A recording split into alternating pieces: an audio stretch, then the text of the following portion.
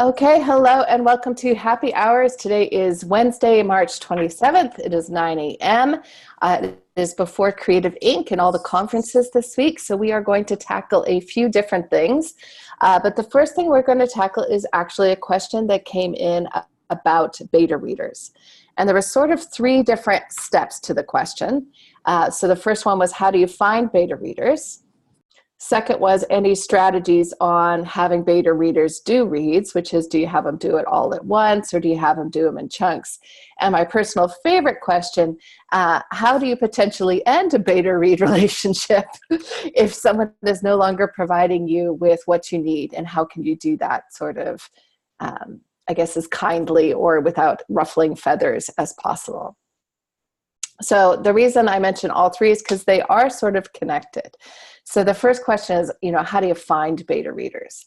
And there's all different kinds of ways that people do that. So obviously, certainly through the Creative Academy is one way. The second way that you can do it is if you are in any other writers groups, so the Greater Vancouver Writers Association, RWA, Sisters in Crime, SCWIC. There's a lot of different options. A lot of large national groups, such as the Society for Children's Writers and Book Illustrators, actually does have a local chapter. And I know the Vancouver chapter is doing reads and critiques. I know there is a chapter in Calgary. I'm pretty sure there's not one in Canmore, but I could be wrong. So those can also be ways that you do it. Some people are finding beta readers who are not writers. So let's talk about that for a second. So I think we tend to lean towards other writers being our beta readers, and it becomes a trade kind of situation. I'll read yours if you read mine, is usually how that works. And there's a lot of advantages to having other writers read your work. So certainly some of the big advantages include the fact that you can talk craft things with them. So you can say things like, did you feel I had a consistent point of view? If you're talking to someone who's just a reader, they're not likely to necessarily, depending on what their background is, know what it is that you're talking about. So when you're going with other writers, you can talk about things like motivation, dialogue issues, all those kinds of things that you may not get from someone who's not a writer. You could check at your local library as another place that you might find those writers groups. Now, finding beta readers who are not writers just actually depends on your social circle. So you might be looking around and talking to people who are in your social circle, and you're asking people who are readers, particularly of the genre that you're writing in, to give you feedback. If you are writing for kids or teens, one of the great ways to find those beta readers is actually to reach out to the schools. So I would contact a school librarian and say, hi, I'm someone who's working on a middle grade or a YA or a picture book or whatever it is that you're doing. And I'm looking for some readers in that group. And I'm wondering if you can recommend anyone. And in return, I would, if I get this book published, I'll be sure to thank them in the acknowledgments. And what you find is, particularly kids, they often are keen to do it. Sometimes they actually get school credit for it. So that can be an interesting way to sort of ask them for that. So if you're writing for kids, that's something I would encourage, particularly because kid readers will give you feedback that adults will not. So one, they will be extraordinarily frank. They will let you know what they like and what they don't like. And two, they're plugged in a way that, depending if you have kids or not, you may not be. So I remember when I had one of my first early YAs read, the teen reader came back to me and they said, like, well, you have the two characters sending each other email.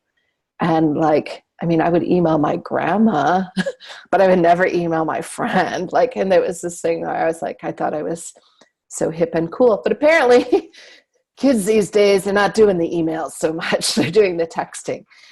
Or if you have a frame of reference that they may not know. So for example, Brad Pitt is an old man to teenagers today. They don't think he's necessarily hot. They might think he's, attractive for someone who's a dad. but they're not finding him like some hot, steamy thing. So you'll sometimes be using references or something that they may not know. Another example is I had a comment about the trench coat mafia, sort of calling back to the Columbine shootings. And it was actually my editor that pointed out, like, Columbine happened before most of them were born, or they were very, very little. So they certainly would recommend something like Parkland, but Columbine wouldn't necessarily have the same resonance. So asking readers has the benefit of that is your target audience. So I've been kind of focusing on kids, but it doesn't have to be. So if you're writing, for example, an adult mystery, talking to someone who loves reading mysteries is going to be great because they know all the tropes, the cliches. They're able to flag something that you may not necessarily notice because they are passionate about that genre. So asking someone who reads in that genre to give you some feedback is as valuable, and in some ways differently valuable, than asking someone who's a writer to give you feedback. So if you can find a balance, that is ideal. So if you're looking for fans of your genre, the library is another great place to start. So librarians often know people, so you can say, you know, can I put up a sign on your bulletin board or something like that? And they may give you some options to do that, where you might find someone in that perspective. So I would consider that as an option. Other than that, places to find writers, conferences, if you go to something like the Surrey's conference, if you belong to any other online groups, that can help. I know Writer's Digest does post some things. Absolute Writer posts some things where they are, you know, people are searching out critique groups. Any questions anymore on sort of how do you find a beta reader? Okay.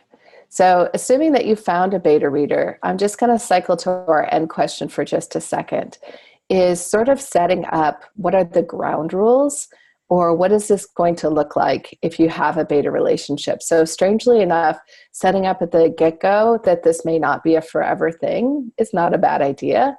That you're sort of, you know, setting that up, setting up what it is that you expect from each other. So,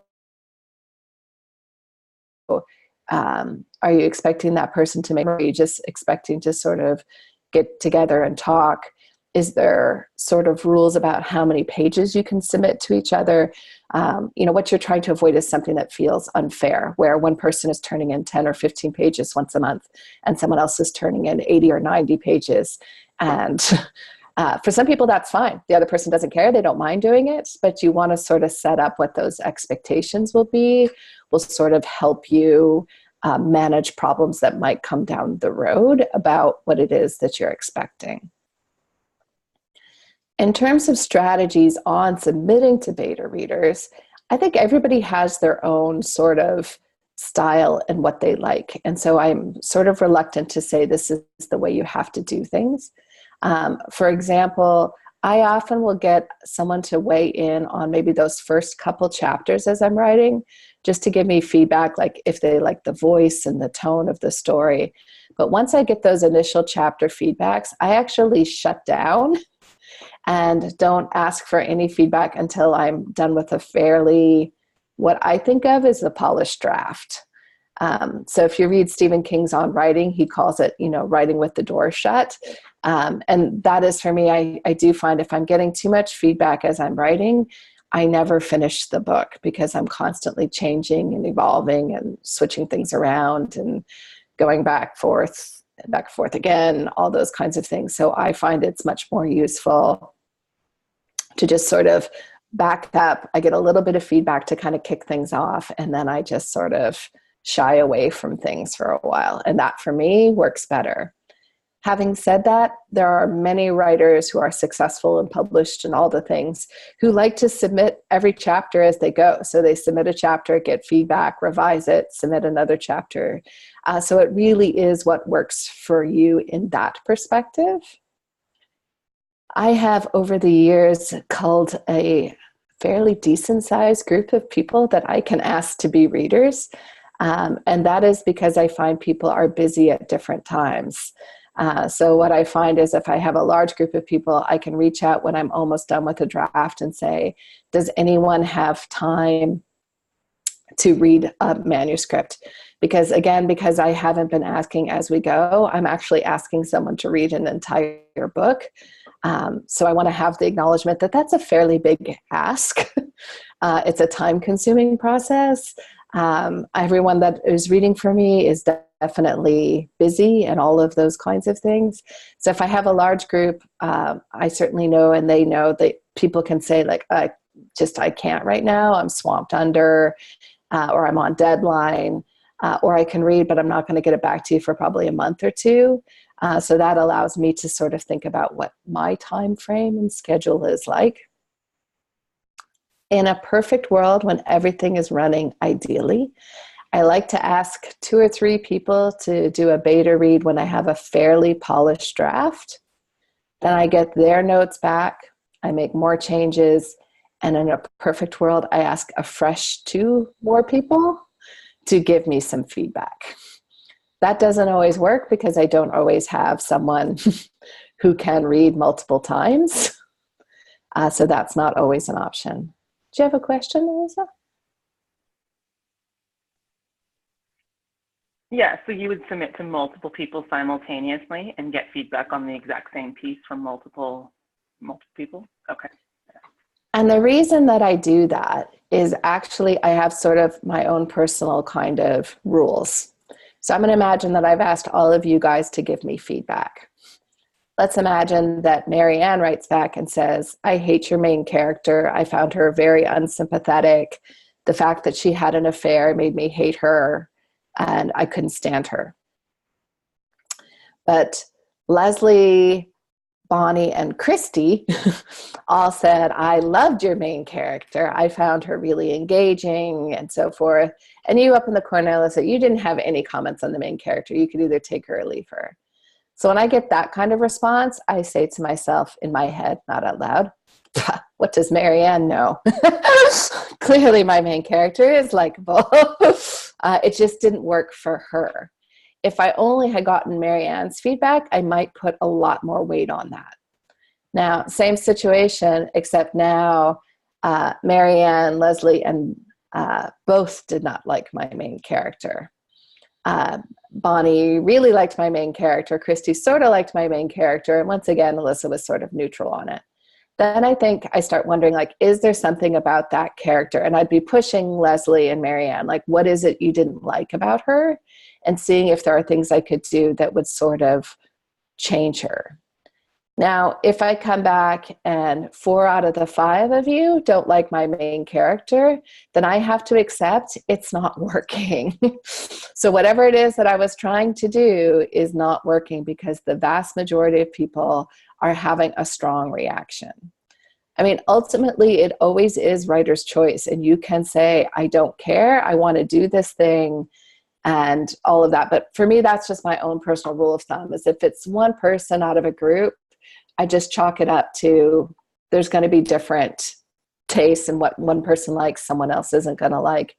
If it's a couple of people, I acknowledge, like, okay, there's something about this that is setting off different people.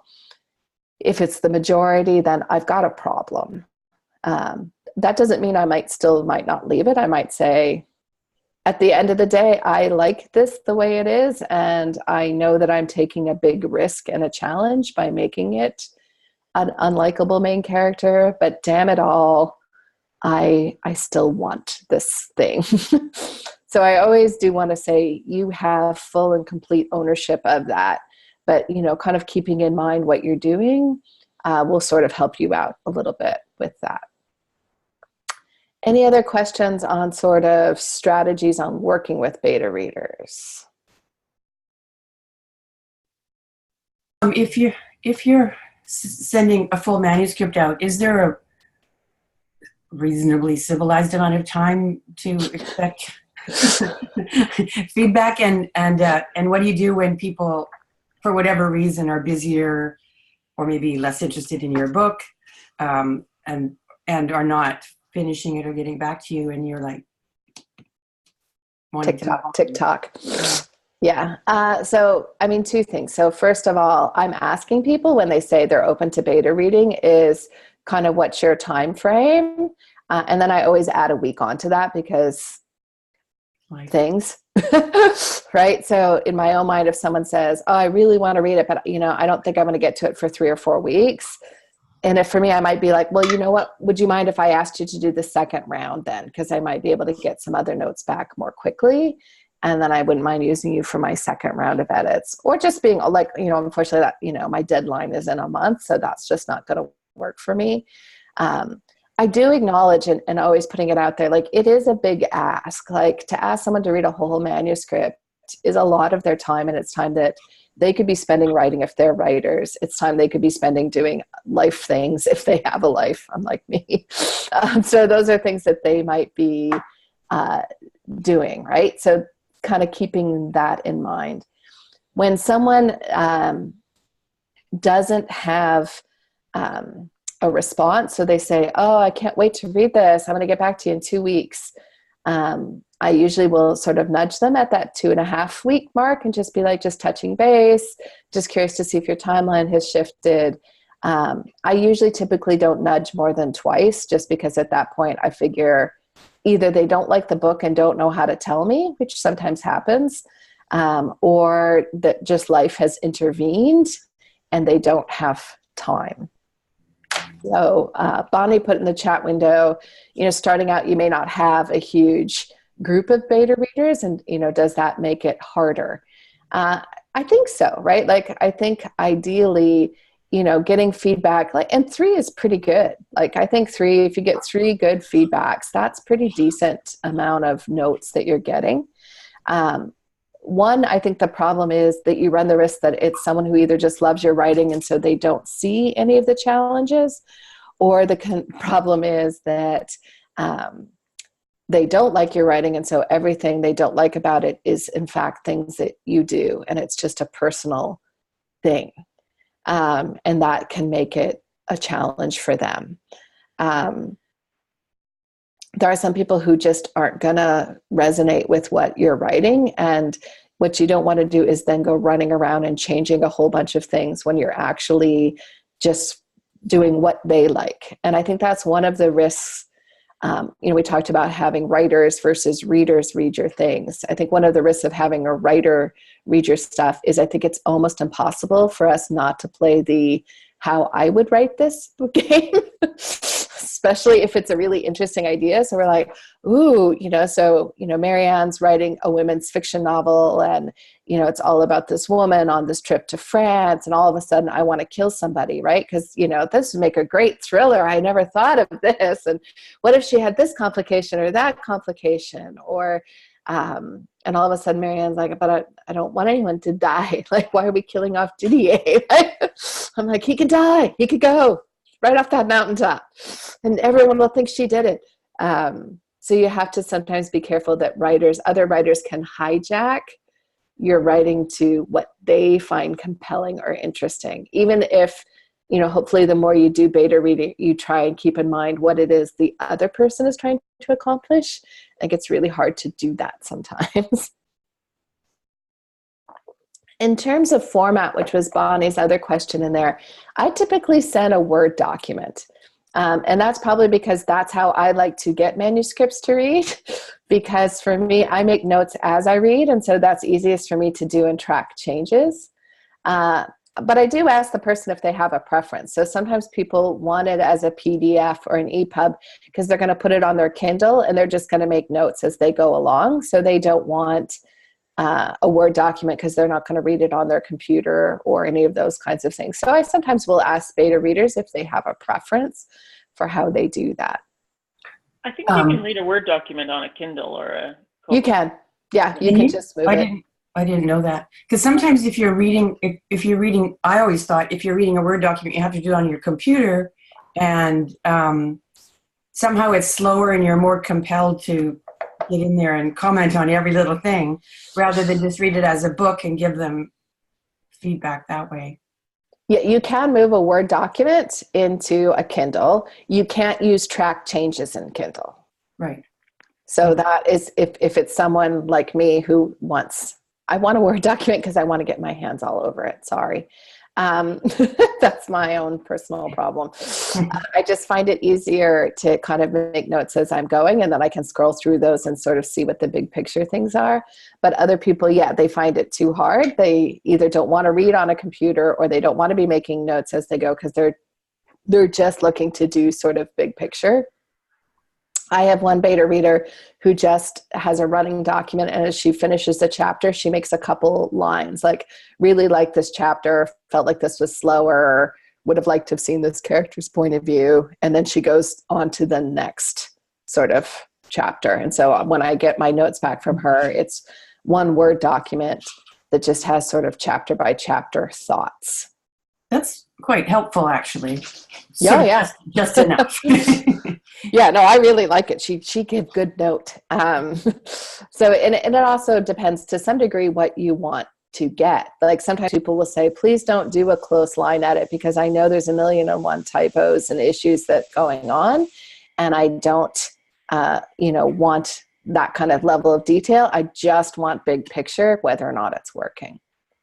Which goes very nicely to Bonnie's question, Bonnie in the cool sunglasses, which is, do you send a list of questions?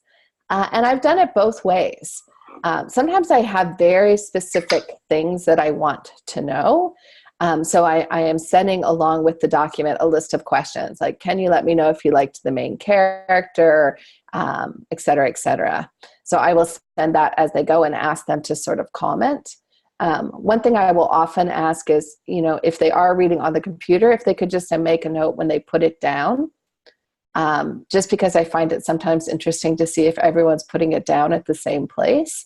Then I sometimes wonder like, oh, I wonder if that's a chapter where I could change it up a little bit. Mail's here.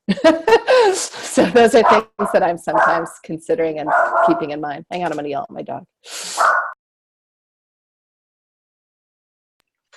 Okay. So I will do that. I know another person who sends a list of questions only after the person has finished reading. And she does that because she doesn't want to sort of, I don't know if I want to say taint what the person is thinking. Sort of prime the well. So they're intentionally looking for answers to those questions rather than getting their own feel for it. So she will just send the questions after. So I think, and you can see like just even how you sort of framed that answer, Marianne, that makes a difference. So if you are really wondering, like, I'm wondering if this character works, and you set that up as a question, like, do you like this main character? Did you find her too difficult? The person will definitely be looking at that. And that's both good and bad, right? So I think it has, kind of, again, gets into what is it that you're looking for in terms of feedback. So I can see both pros and cons to that.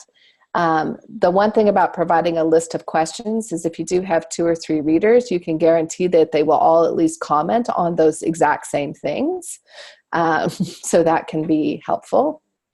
I do know some people who do kind of almost what, I'm going to channel Crystal for a moment, A/B testing. So they will have something like they will have 2 different endings, and they're asking people to comment on which ending they feel works better for them. Like, did you like the ending? Did you find it satisfying? And the person may not know that there's an alternate ending and that some other reader is seeing a different ending. So that is something that you could do. Or hypothetically, if you're wondering about the beginning of your novel, which I happen to know Bonnie is going back and forth on, you could potentially have readers read 2 different openings and ask, for feedback, particularly about the opening and, whether they felt drawn in, whether they, all those kinds of things. So you could sort of sometimes see whether or not there is something that's working. And Bonnie, that is an option. If you were open to posting both of your opening chapter options, we could do a thing where as homework, people read those too and weigh in about which one they like better. That will work, and we'll force people to vote. Leslie's going to try and go right down the middle. There are advantages to both of those openings because I've seen both of those. So kind of getting a larger group sometimes might give you an interesting feel. But ultimately, I think with any feedback, The biggest challenge always comes down to, what are you going to listen to? What are you going to finally say, like, okay, this is what I want to do? And in Bonnie's case, I think the challenge is going to be, she could open with either, and both of them do work. I think it's going to come down to a tone or a feel that she wants to start with. And that's going to be probably author's choice, ultimately. I'll let her choose instead of saying, I'm going to pick, which is the other option. Haha.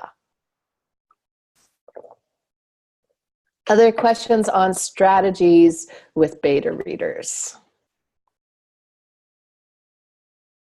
I just had a comment. Oh, sorry, did I interrupt somebody? Nope. Okay. Yeah, I'm thinking back when we were at SFU with our gang there, and kind of using them as kind of little tiny mini beta readers. Apps, perhaps, because we were only really analyzing kind of 10, 15 pages at a time. And I found it was an interesting process, because you had about 8 or 9 people, I guess, that were reading your stuff. And for mine, because I am writing my novel from the point of view of a guy, that was really the question that I had. Does this sound authentically like a guy and a guy's story? And we only had 2 guys in the group. But then ultimately, it was women's fiction. So then I thought, this is interesting, because I think as women, we want guys to sound a certain way. And so what am I buying into here? You know? And so it was interesting hearing from one of the guys seemed to fairly consistently say, yeah, this sounds believable. And the other guy was consistently not. But the 2 men were very different. And the one who agreed with me, who of course I liked more, was more like the guy in my book. So it's interesting, just the process that you have to take as an author as well. But ultimately, I'm not writing for the guy, I'm writing for the girls. Yeah, it's an interesting process. Yeah, and I think, by having a broad range, you sometimes get opinions that kind of broaden your own decision about what you're going to say or do. But I think it is that interesting process around, like, if all of the women in the group say, I buy this as a guy and I find him as a believable male character, that's maybe more important than the guys finding it a believable male character. Because again, your audience is the women. My very first critique group was a bunch of women and 1 man. And granted, he was a pretty touchy-feely guy, because he was in a writer's group with a bunch of women. But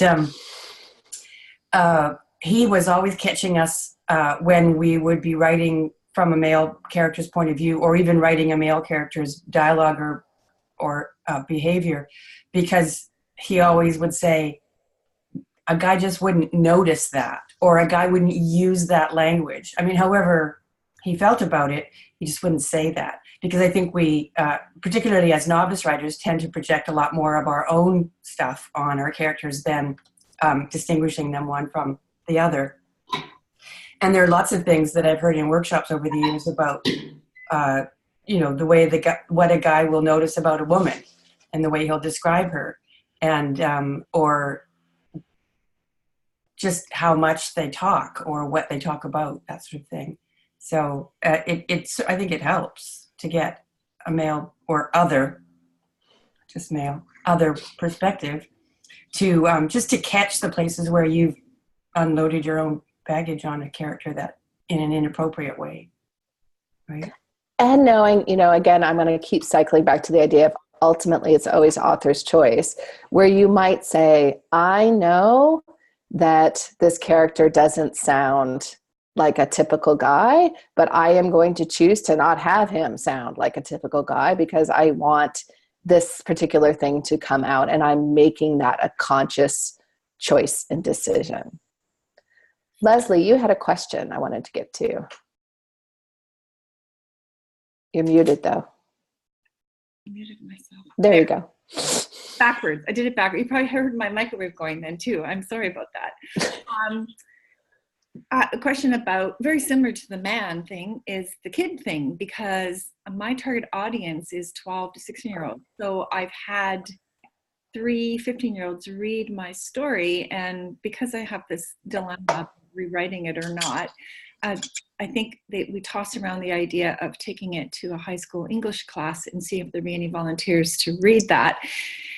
I'm kind of terrified of that, actually, because what if they'll hate it? But if you think that would be good, the 3 15-year-olds I've had are very diverse, and one of them is actually a person with albinism, which was fabulous. And they, right across the board, they loved the story. They had little tiny suggestions. Actually, the suggestions were funny because they were like, this person was real to them. Well, I think she was too nice. I don't think I'd be that nice. I'd be madder at my friend, which I thought was really awesome because it meant that person was real to them. But should I do that? Should I brave that and get that feedback? Because really, the problem is, it's the agents that are reading it and go, no, I don't like that. It doesn't sound like a teenager. But the kids are going, oh my God, this sounds like a teenager. So yeah, I'm frustrated. Sorry. Did you pick up on that subtext? I picked up on that subtext just a tiny little bit. And I'm going to say, yeah, I think asking kids to read is a huge advantage. And I think, even when they say something like the comment you said, like, would she be that nice? I wouldn't be that nice to my friend. Then I actually think like, did I have her be too nice? Like, is there, should she say something and then think something internally? Because it is real to them. And I think that's the beauty of it. And they like to be asked in a lot of cases. And the ones who won't volunteer. Don't worry. It's as long as it's not a homework assignment.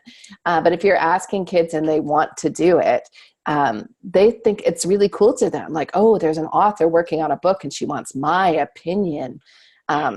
That feels pretty damn awesome. That makes me feel somewhat more positive about it. I guess I should just suck it up and do it.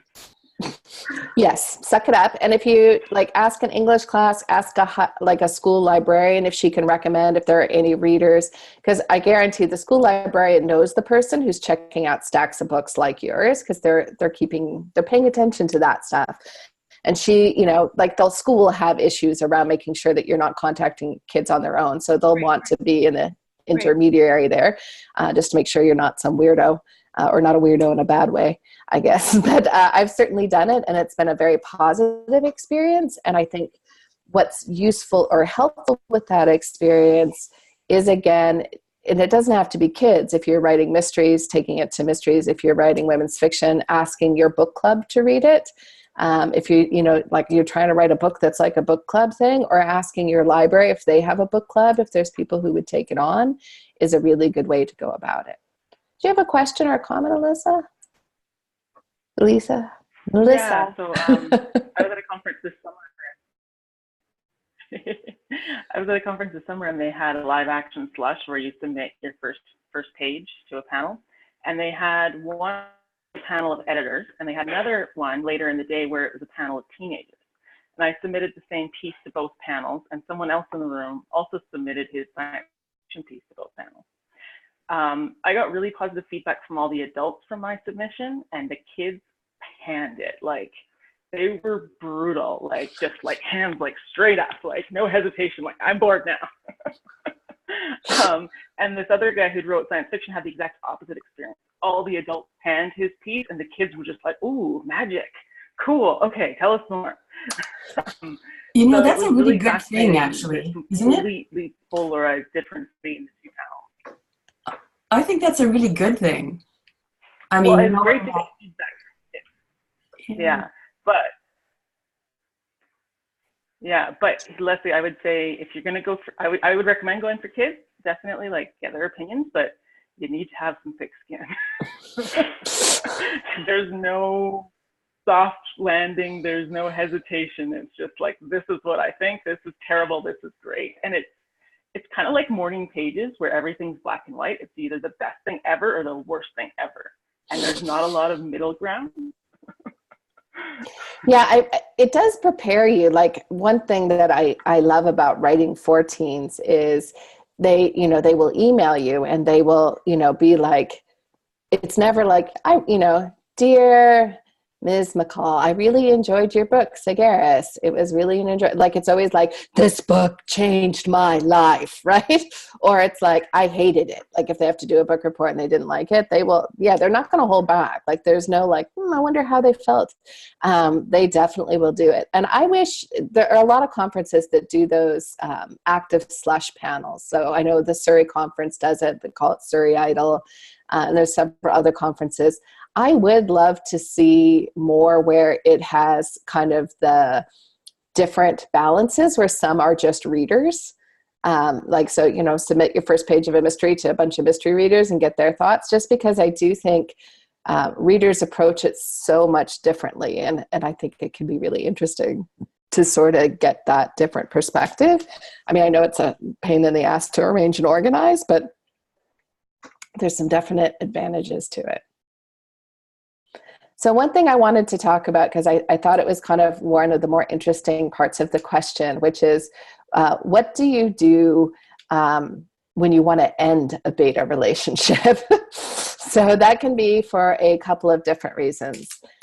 So sometimes it's the person is now writing something that you're no longer feel like you can comment on. So I have one really good friend who is a Buddhist, and she will not read my thrillers. So we, you know, and I think she was terrified to tell me it, but it just, for her, like, she just does not bring in any of that kind of negativity.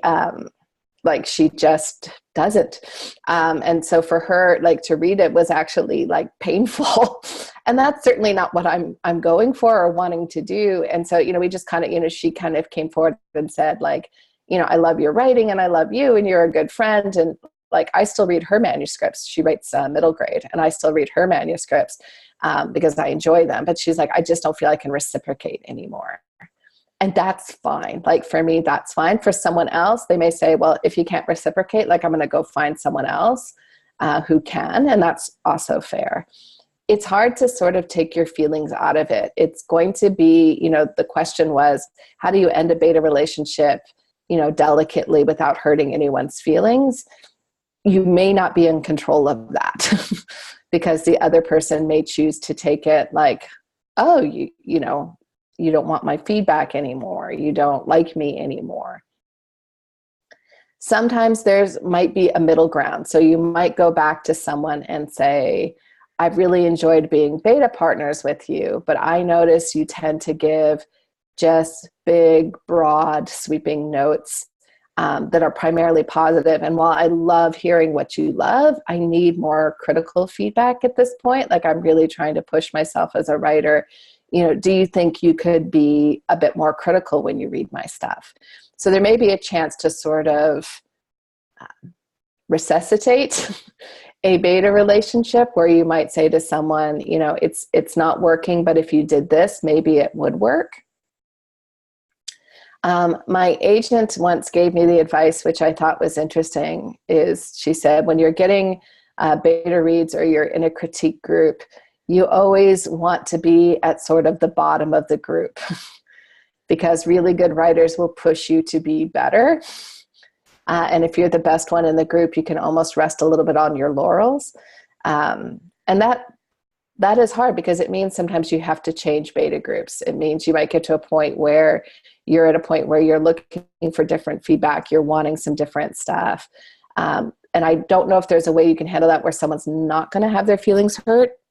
Don't lie. Like, don't say, oh, I've decided I don't want beta readers anymore. Because with any, you know, with your luck, they're going to find out that you asked someone else to do it. So it's going to feel sneaky. If you don't think it's something that can be changed, I don't think offering a lot of reasons necessarily helps. I almost think of it like a breakup with a relationship. Like, if you're trying to resuscitate a relationship, you might say something like, you know, this would work much better if we spent more time together, or I need more sex, or I need more affection, or I need you to, you know, work on your anger issues. But if you've already decided to leave the relationship, going through all of that is not necessarily helpful for the other person. And it's probably just as bad to say, at this time, I'm looking for, you know, a different kind of critique partner. And I, you know, that, you know, how much is, it's not you, it's me. but I need something, different at this point. So I guess what I'm trying to say is, yeah, I'm looking for better sex for my critique partners. That will definitely cull the group a little bit, depending on who your critique group is.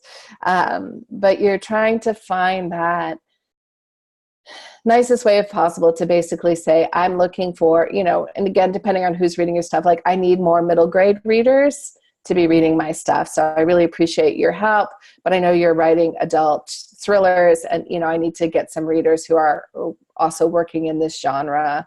Or it might be a case of, probably one of the nicest ways to do it is like, we've worked so well together that I can almost hear your voice in my head. So what I'm going to actually do is, go for, I feel like I need to get someone else's perspective, because I feel like I already kind of, know where you're going, and it's been so helpful to me, but I need, something different that's going to catch something. That might be helpful. I mean, I would avoid saying like, I'm looking for someone who's a better writer than I am, and that's not you. Like I probably would avoid that as a potential way of saying it. But one of the things that I am learning in life in general, not just writing, is that I can't control how other people are going to feel about something. I can only control how I'm going to handle it. So I think being clear, like if the door is open, then this is what I'd be looking for in a different kind of way. If the door is not open, like you are done and moving on, just being really clear about that. Like I'm going in this different direction, and I'm going to be looking for this kind of stuff. And I feel like I'm going to benefit most from starting with scratch from someone new. If you're ending things because of they're always take way longer than you thought they were going to be, so you like their feedback, but they just take too long. Again, part of your decision might be like, okay, I asked them to read, but I never asked them to read if I'm on deadline, and I need this feedback back right away, because I just know they can't do that. And you can even say to them, like, but if it is like you're dropping them again, it might just be like, I know that you're super busy, Natasha, and you have so much on your plate. So it's not that I think you should be reading this faster. I just know that you can't, and I need someone who can get it to me faster, because I have to make a deadline. So it's me, not you. That's what I'm getting back to. So that may help. I think it goes both ways as well, because I've been in the situation asked to be a beta reader, and I usually love to do it.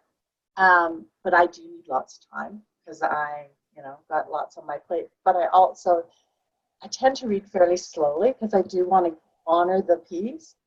But I know with one of the ladies that I was doing stuff with, so she did a version of her book, and it was okay. And she tried sending it out and got interesting feedback, but obviously that it wasn't ready. And so she realized that she needed to make a bunch of changes. So then she said, well, can you read my next version? Okay. So I did. And in my opinion, it was not an improvement. So that's tricky to say, right?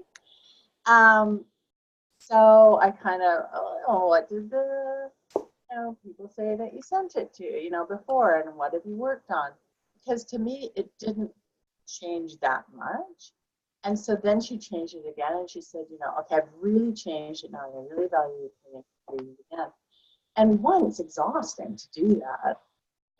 But it's also, I think, really hard to look at it with a fresh eye. And I was like, okay. And I sat on my desk for like a month. And finally, I had to admit, what? I can't read this. And it was awful. It was awful to do, but it's like, I can't read this again. I suggest giving it to somebody with fresh eyes and go ahead with that. So it's tricky, being the reader too. It's strange, because there's actually an email in my box, and I won't say whose name it is, but it's you would know her name. She's a big writer and very popular, and she was like, I need to pick your brain on how to turn down reading books. And it's a thing that I think sometimes women struggle with more than guys, but I think we want to be liked and we want to be friendly and we want to be helpful. And I know particularly a lot of women writers, we have a sense like I got here because people offered me their time and their support. And so I want to do the same. And at the same time, reading someone's work takes a lot of time and effort. And I have a lot on my plate of things that I'm doing. And I also need to think about what's on my plate that I need to do because I need to get paid. So that is a reasonable thing. So I'm going to kind of break it down into two things, which is I very rarely will read something twice for someone. I just simply do not have the time, and there's someone else who's going to want a beta read who hasn't had it yet. And so sometimes even just, again, when we talked about setting up a relationship, sort of setting to someone like, I'd be happy to read your manuscript. I think I can read it within a month. But just so you know, like, I only read it once. So if you want to get someone else's feedback and then get mine, that's fine. Or, just let me know where you want me to be in this process, I think is a very fair thing to do. Again, people ask, and, as someone who is now published, I get a lot of teens who email me and say, will you read my manuscript? And for a while I was doing that because I was like, I could only imagine if I had emailed Judy Bloom and she'd been like, sure, Eileen, send by your book. But I don't have time. Like I simply cannot do that. Right. So, I now write back and I'm like, unfortunately, I with writing my own stuff, I don't have time to take on reading your manuscript, but I have kind of a 1-page thing that I send to people, like, here's some tips or suggestions for writing, and encourages them to get a critique group and things like that. So I feel like I at least have been helpful. But it is not your job to coach someone over the line, or if they are wanting that help, here's an idea, monetize it, to say to someone, I would be, happy to read another version. But if you want me to read another version and so forth, it's going to take time and I would need to charge you for that. So I'm totally fine if you don't want to do that because we have a exchange relationship. But if you want me to read it 2 or 3 times, that's going to come under the heading of now I charge for that service. Again, one of the things that I am coming to terms with as a woman and now as a newly to be single woman is it is okay to charge money for our time and our effort. And if someone does not want to pay for that or someone cannot pay for that, that is okay. Like, that is not us being a bad person. And I think in the arts, we're really bad for it. Like, it wouldn't occur to me to talk to my friend who's a doctor and say, like, do you mind doing this for me just as a favor? Like, but for some reason with arts, you'll often see, like, can you draw an illustration? And I'm sure, Christy, you've had this, like, can you, do an illustration for this, or can you donate a painting for that? But it would never occur to them to, say to a plumber, like, can you donate this or that? So we just tend to sometimes see that our time and our art is not as valued. So I think if you know that you cannot read something, the sooner you tell someone, the better, because then they can potentially go out and find someone else to do it. I have started some projects where I have come back to someone and been like, I can tell this isn't going to be my cup of tea. Do you want me to keep reading? Because, I can just tell, like, for me, it's not resonating, and I don't know if it's okay. Like, I can tell, like, for me, I'm really struggling with that main character. Do you want me to go on with that? And sometimes people will say, no, don't. Right. I do feel like, and again, can be useful when you're sort of exchanging pages or talking for the first time, setting up what expectations are. So I often will ask people, like, where are you in this process? Like, are you wanting to know what's working well and you want the big picture things, or do you want me to be more critical? Like, and I'm at a point now where I know I can write a competent book. It'll have a beginning, a middle, and end. It'll have all these things. I know I can do that. What I want to know is if it's a really good book. So I am actually wanting people to be critical, and I am much better now at turning away from stuff that I don't want if it's feedback that doesn't resonate with me. So I want people to be critical. Having said that, I do ask people if there's something that they really like to make a note of that too, because if everything in the margin is, here's what's not working, here's what's not working, here's what's not working, I start to think maybe nothing is working. So I like to have a little bit of hey, this is, going well. This is something you can do. I need a little bit of that encouragement, and I can ride forever. Like my agent, when she reads things, she'll put like a smiley emoji, like in the corner. And like, I see one of those and I'm like, emoji. And I can then go through the next, 20 pages of things like, cut this isn't working. Like, and I'm like, I'll dig in and like that, but I need to know that. Typically when you're getting editorial letters back from a traditional publisher or a lot of freelance editors as well, hopefully they're marking what's working really well, because that's as important. So if you know, for example, that your dialogue is working really well and that you're kicking ass in dialogue, putting more of that in might be able to help you fix the part where it's not working. So kind of knowing where your strengths are makes a big difference. So it's not just so that you feel better, but it's so that you can kind of go back and know like, okay, this character is working really well. I can amp this up. I can, do more for this. And conversely, if it's not working well, then it's not working and you can potentially drop it and do something else, if that makes sense. Questions on ending beta relationships? No. All right. One thing I will add that I don't think is relevant for anyone. Now it's a cat showdown. One thing I will add for people who probably aren't here, because I think this group is probably comfortable with it, but in general, is the idea that some people were like, what if I give my work to someone and they steal my idea? Which comes up almost invariably whenever I start the SFU group. There's people who will do that, or there'll be people who will sort of question or comment that.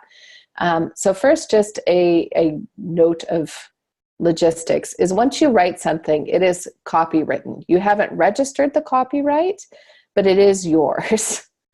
Some people have heard the idea, oh, you should mail yourself a manuscript and then don't open it because the post office seal will serve as proof.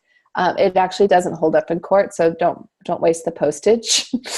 It doesn't actually do anything. If you want to register your copyright, you actually have to register it.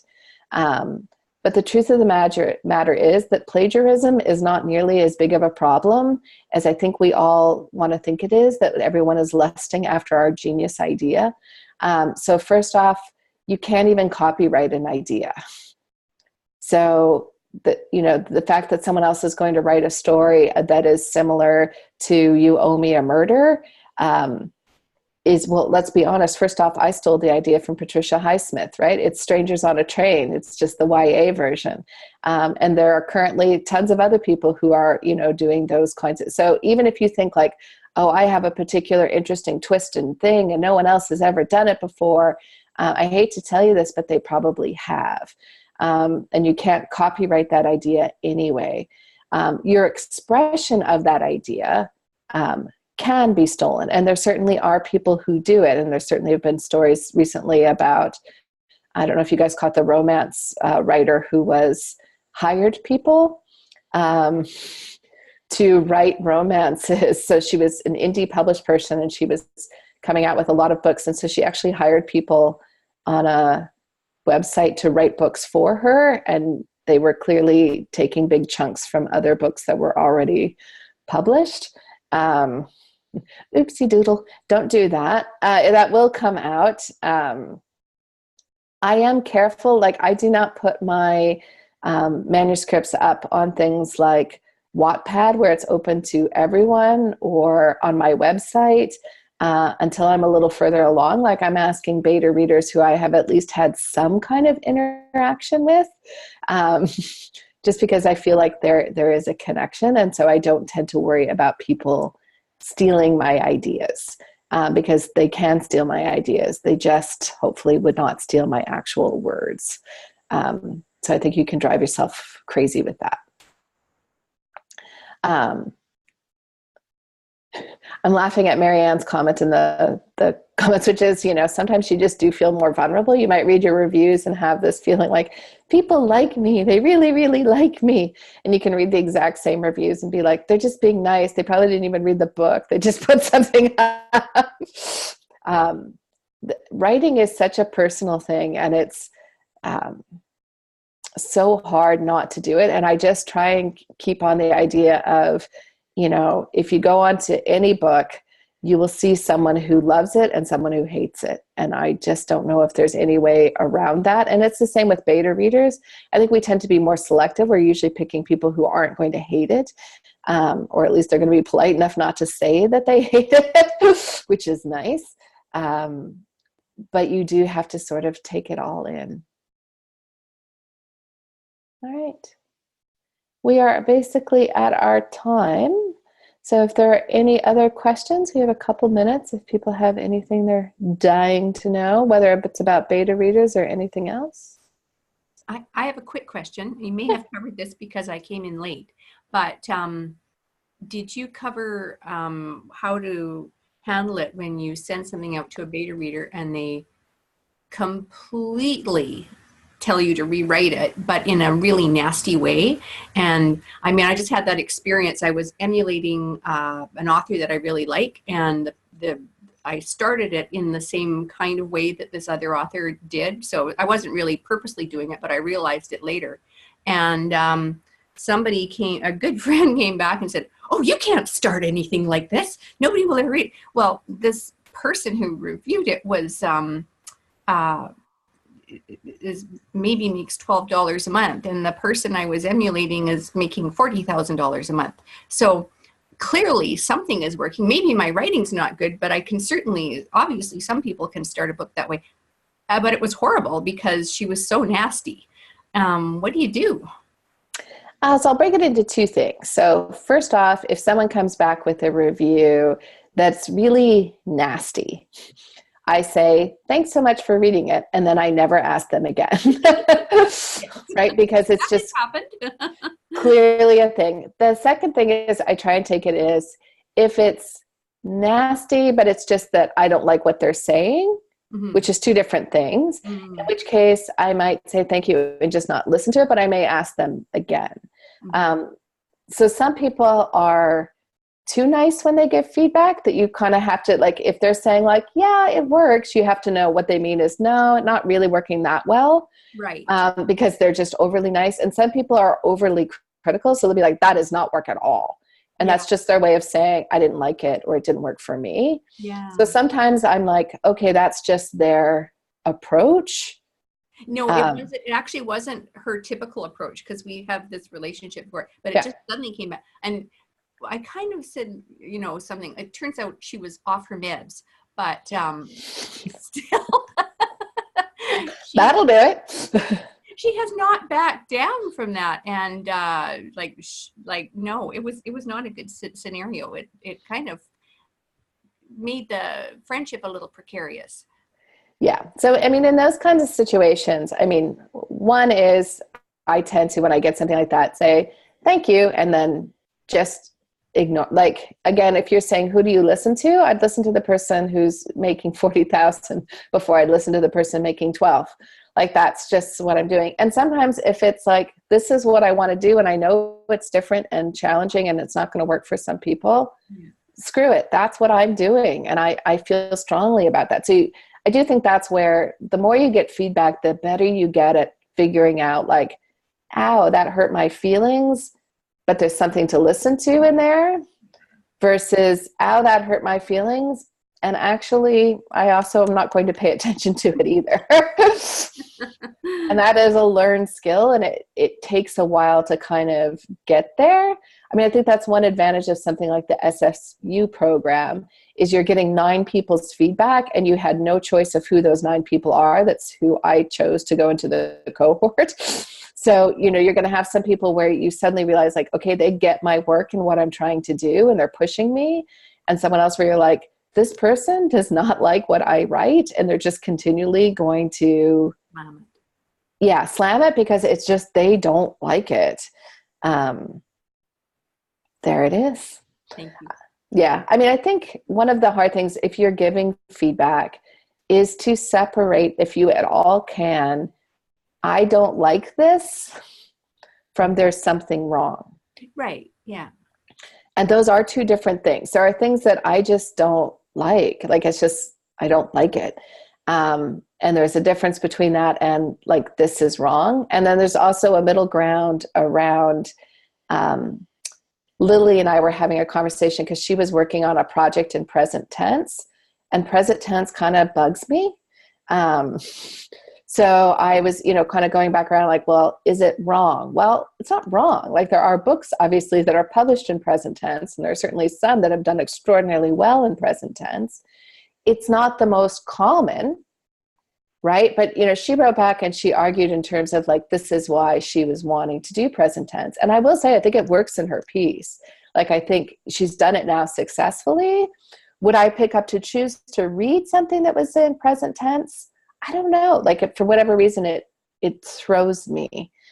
So constantly always asking yourself, which I think is hard to do as a reader, which is, and very much the same if you've ever done it as a contest judge, I will forgive so many things if it has like a certain style that just resonates with me. And I can pick up a book and read it and know right away, like, I love this book. And I can read another book that's technically very well done and good, and it's just not my cup of tea. And so I wouldn't be as tempted to give it 5 stars, even where someone else would give it 5 stars, because for them it's bang on.